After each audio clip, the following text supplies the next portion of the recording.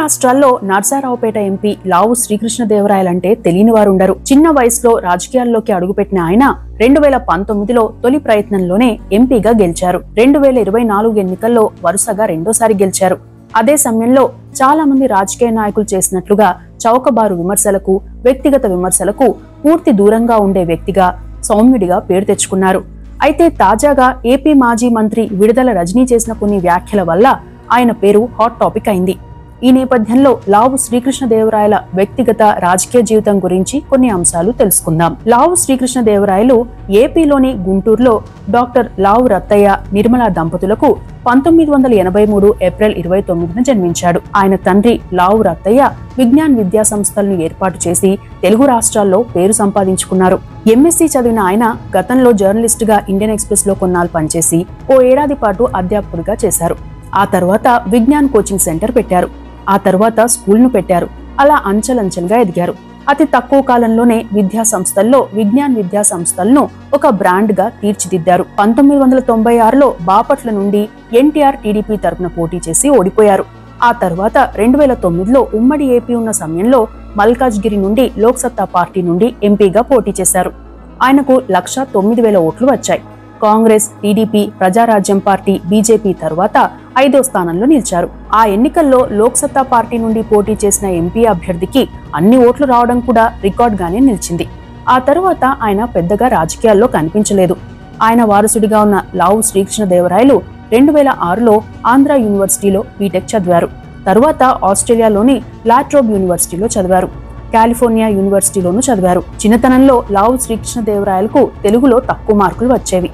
దీంతో స్కూల్లోని తెలుగు టీచర్ ప్రత్యేకంగా క్లాసులు తీసుకునేవారని, అప్పుడే తాను తెలుగు భాషపై పట్టు పెంచుకున్నానని ఓ ఇంటర్వ్యూలో చెప్పారు లావు శ్రీకృష్ణదేవరాయలు. ఇక స్టడీ పూర్తి చేశాక కుటుంబ వ్యాపారాలను, విద్యా సంస్థలను చూసుకునేందుకు ఇండియాకు తిరిగి వచ్చారు. కొన్నాళ్లు తమ విద్యా సంస్థల్లోనే నార్మల్ ఉద్యోగిగా చేరారు. అప్పటికే విజ్ఞాన్ విద్యా సంస్థలను లావు రత్తయ్య విస్తరించారు. ఇక కుమారుడు విద్యా సంస్థల్లోకి వచ్చాక అతన్ని Lavu education society vice chairman గా చేశారు. ఆ విద్యా సంస్థతో పాటు ఏలూరులోని Shri Somanatha education society, ESSVE education society private limited director గా వ్యవహరించారు. ఇక కుమారుణ్ణి విద్యా సంస్థల్లోకి తీసుకొచ్చిన తర్వాత లావు రత్తయ్య గారు సామాజిక సేవా కార్యక్రమాలకు ప్రాధాన్యం ఇచ్చారు. ప్రత్యక్ష రాజకీయాల్లో ఉన్నా లేకున్నా తన పరిధిలో ప్రజలతో మమేకమయ్యేవారు.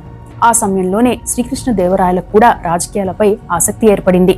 2014లోనే రాజకీయాల్లోకి రావాలని భావించారు. అయితే అప్పట్లో ఇటు వైసీపీ, అటు టీడీపీ పార్టీల్లో నర్సారావుపేట ఎంపీ సీట్ను వేరే వారికి ఫిక్స్ చేసేశాయి. టీడీపీ నుండి రాయపాడ్డి, వైసీపీ నుండి అయోధ్య రామరెడ్డి ఫిక్స్ అయ్యారు. ఆ సమయంలో తాను వెళ్లి అక్కడి రాజకీయ వాతావరణాన్ని డిస్టర్బ్ చేయడం ఎందుకనే ఉద్దేశంతో సైలెంట్ గా ఉండిపోయారు. అటు బాపట్ల, ఇటు గుంటూరులో నెలకొన్న రాజకీయ సమీకరణాల నేపథ్యంలో అటువైపు వెళ్లే అవకాశం ఉన్నా తన ప్రాధాన్యం నర్సారావుపేట మాత్రమేనని భావించారు. ఇక 2019 ఎన్నికలకు ముందు వైసీపీ పార్టీ లావు శ్రీకృష్ణదేవరాయలను పార్టీలోకి ఆహ్వానించింది. దీంతో లావు శ్రీకృష్ణదేవరాయలు వైఎస్ జగన్మోహన్ రెడ్డిని కలిస్తే ఆయన పార్టీ కండువా కప్పి పార్టీలోకి ఆహ్వానించారు.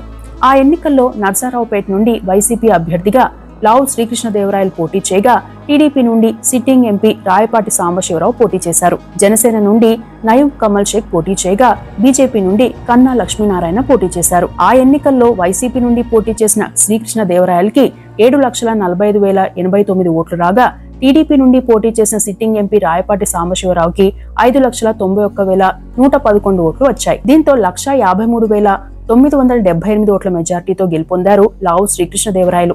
తొలిసారి పోటీ చేసిన భారీ విజయాన్ని అందుకున్నారు. అంతేకాదు ఆ లోక్సభ నియోజకవర్గ పరిధిలోని 7 అసెంబ్లీ నియోజకవర్గాల్లోనూ ఆ ఎన్నికల్లో టీడీపీ ఓటమి చెందింది. ఇక ఆ అసెంబ్లీ ఎన్నికల్లో వైసీపీ 151 సీట్లు గెలిచింది. వైఎస్ జగన్మోహన్ రెడ్డి సీఎం అయ్యారు. అంతకుముందు ఎన్నికల ప్రచారంలో అమరావతికి హామీ ఇచ్చిన వైసీపీ తీరా అధికారంలోకి వచ్చాక 3 రాజధానుల నినాదం ఎత్తుకుంది. దీంతో అమరావతి రైతులు ఉద్యమం చేపట్టారు. ఆ ఉద్యమ శిబిరాలను సందర్శించి రైతుల ఉద్యమానికి మద్దతిచ్చారు శ్రీకృష్ణదేవరాయలు. అప్పటి నుండే వైసీపీలో ఇండైరెక్ట్ గా టార్గెట్ అయ్యారనే ప్రచారం కూడా జరిగింది. అదే సమయంలో కొన్ని చోట్ల ప్రోటోకాల్ వివాదాలు తలెత్తాయి. నర్సారావుపేట నియోజకవర్గ పరిధిలో పల్నాడు జిల్లా సత్తెనపల్లి ఆసుపత్రిలో ఏర్పాటు చేసిన ఆక్సిజన్ ప్లాంట్ ను మంత్రి అంబటి రాంబాబు, ఎంపీ లావు శ్రీకృష్ణదేవరాయలు ప్రారంభించారు. అయితే అక్కడ ఏర్పాటు చేసిన శిలాఫలకంపై అప్పటి ఆరోగ్య శాఖ మంత్రి విడుదల రజనీ పేరు లేకపోవడంతో ప్రోటోకాల్ వివాదం చోటు చేసుకుంది. శిలాఫలకం పైన తన పేరు లేకపోవడంతో మంత్రి విడుదల రజని అధికారుల తీరుపై ఆగ్రహం వ్యక్తం చేశారు. అప్పట్లోనే దీనిపై పెద్ద చర్చ జరిగింది. అయితే ఆమె ప్రాతినిధ్యం వహిస్తున్న చిలకలూరిపేట అసెంబ్లీ సీటు కూడా నర్సారావుపేట లోక్సభ నియోజకవర్గ పరిధిలోనే ఉండడంతో ఈ చర్చ మరింత ఎక్కువైంది. ఇక చిలకలూరిపేట నియోజకవర్గంలో కొన్నాళ్లకే విడుదల రజనీకి అసమ్మతి తలెత్తిందని చెబుతారు. అయితే పార్టీ పరంగా నిర్వహించే సమావేశాలతో పాటు లోక్సభ నియోజకవర్గ పరిధిలోని వివిధ ప్రాంతాల నాయకులు వివిధ సమస్యలపై తీసుకొచ్చే వినతి పత్రాలను స్వీకరించేవారు లావు శ్రీకృష్ణదేవరాయలు. ఇది కూడా కొంతమందికి నచ్చలేదనే చర్చ అప్పుడు మొదలైంది. అయితే తన పని తాను చేసుకుంటూ వెళ్లే వ్యక్తిగా పేరున్న లావు శ్రీకృష్ణదేవరాయల పైన వైసీపీకి కొందరు నాయకులు ఫిర్యాదు చేశారట. వీటిని పెద్దగా పట్టించుకోలేదు లావు శ్రీకృష్ణదేవరాయలు. కానీ 2024 లోక్సభ ఎన్నికలకు కొన్ని రోజుల ముందు పార్టీలో మరో చర్చ జరిగింది. నర్సారావుపేట నియోజకవర్గం నుండి లావు శ్రీకృష్ణదేవరాయలను తప్పించాలని వైసీపీలోని కొందరు నాయకులు పట్టుపట్టడంతో వైసీపీ అధిష్టానం ఆయన్ను నర్సారావుపేట నుండి తప్పించేందుకు సిద్ధమైంది. ఇక 2024 ఎన్నికల్లో కూడా మరోసారి నర్సారావుపేట నుండి బరిలోకి దిగాలని భావించారు లావు శ్రీకృష్ణదేవరాయలు. అప్పటికే వైసీపీ అధిష్టానం నియోజకవర్గాల్లో మార్పులు చేర్పులు చేస్తోంది. ఈ క్రమంలో శ్రీకృష్ణదేవరాయలను గుంటూరు ఎంపీగా పోటీ చేయాలని సూచించింది. ఈ ప్రతిపాదనను వ్యతిరేకించిన శ్రీకృష్ణదేవరాయలు 2-3 సార్లు ఆనాటి సీఎం వైఎస్ జగన్మోహన్ రెడ్డిని కలిసి తనకు మరోసారి నర్సారావుపేట నుండి పోటీ చేసేందుకు అవకాశం కల్పించాలని కోరారట. అందుకు ఆయన నిరాకరించారు. దీంతో శ్రీకృష్ణదేవరాయలు 2023 జనవరి 23న తన ఎంపీ పదవితో పాటు వైఎస్ఆర్సీపీకి రాజీనామా చేశారు. ఆ తర్వాతి కాలంలో అనుచరులతో సమావేశమయ్యారు.